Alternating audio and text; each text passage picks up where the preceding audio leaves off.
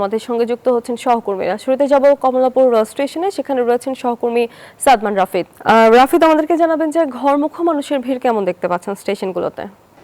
যেমনটি জানাচ্ছিলেন আসলে এই যে আজকের এই কমলাপুর রেল স্টেশন আপনি যদি একটু বলতে চাই, তাহলে আমি সকাল থেকে দেখেছি যে আসলে যাত্রীদের কিন্তু ব্যাপক সমাগম আমরা দেখতে পেরেছি, যে মূলত আসলে ঈদ যাত্রাকে আসলে কেন্দ্র করেই কিন্তু তাদের এই বিশাল সমাগম আমরা দেখতে পেরেছি। তাছাড়া আরেকটু যদি আপনাকে জানিয়ে রাখতে চাই, আজকে সারা দিনে কিন্তু 68টি ট্রেন এখান থেকে আসলে যাত্রা করবে এবং ইতিমধ্যে কিন্তু 15টি ট্রেন এই ঢাকা থেকে যাত্রা করা শুরু করেছে। এবং আপনাকে যদি একটু এখানকার যাত্রীদের অভিযোগের বিষয়ে যদি বলতে চাই, তাহলে একটু বলতে হবে যে তারা আমাদেরকে জানিয়েছে যে আসলে অনেকেই টিকিট কেটেছে কিন্তু ঈদ লাগছে মনে, খুশির জোয়ার সবখানে, আরে ঈদ লাগছে মনে, বিকাশ পেমেন্ট সবখানে।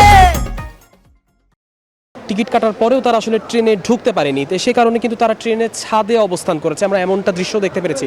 যদিও বা এর বিরুদ্ধে কিন্তু কঠোর নিষেধাজ্ঞা রয়েছে, কিন্তু তা থাকা সত্ত্বেও কিন্তু তারা আসলে ছাদের উপরে অবস্থান করছে।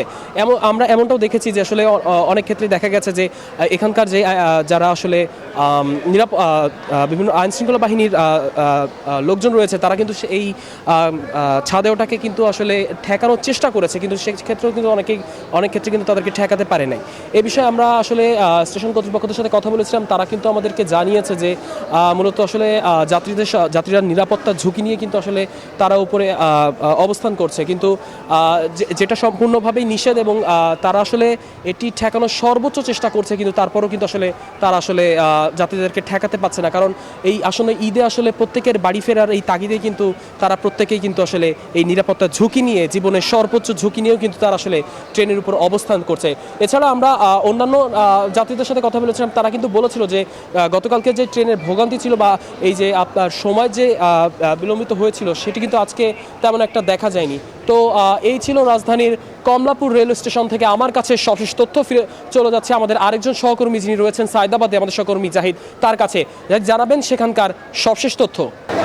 দেখুন, আমরা সকাল থেকেই বলছিলাম যে এখানে যাত্রীদের চাপ অনেকটা কম ছিল, কিন্তু এখন কিন্তু সেই দুপুর গড়ানোর সাথে সাথেই মানুষের পরিমাণ অনেকটাই বেড়েছে এবং মানুষের ভিতরে যে কিছু অভিযোগের কথা আমরা বলছিলাম, যে তারা বলছিলেন যে এখানে বাড়তি ভাড়ার যে বিষয়টি ছিল, সেই বাড়তি ভাড়ার বিষয়ে কিন্তু আমরা কথা বলেছি। সড়ক পরিবহন মন্ত্রী এখানে পরিদর্শনে এসেছিলেন। তিনি কিন্তু এখানে যারা কাজ করছেন এবং এই যে বাসগুলো রয়েছে, কাউন্টারগুলো পরিদর্শন করেছেন। কাউন্টার পরিদর্শনের পরে তিনি আমাদের সঙ্গে কথা বলেছেন। তো যখন তিনি সেই প্রেস ব্রিফিং করেছেন, তখন আমরা তার কাছে জানতে চেয়েছিলাম যে আসলে আপনি যেহেতু বলছেন যে এই জায়গাটিতে এরকম কোনো সমস্যা নেই, তো সেটি আমরা পেয়েছি।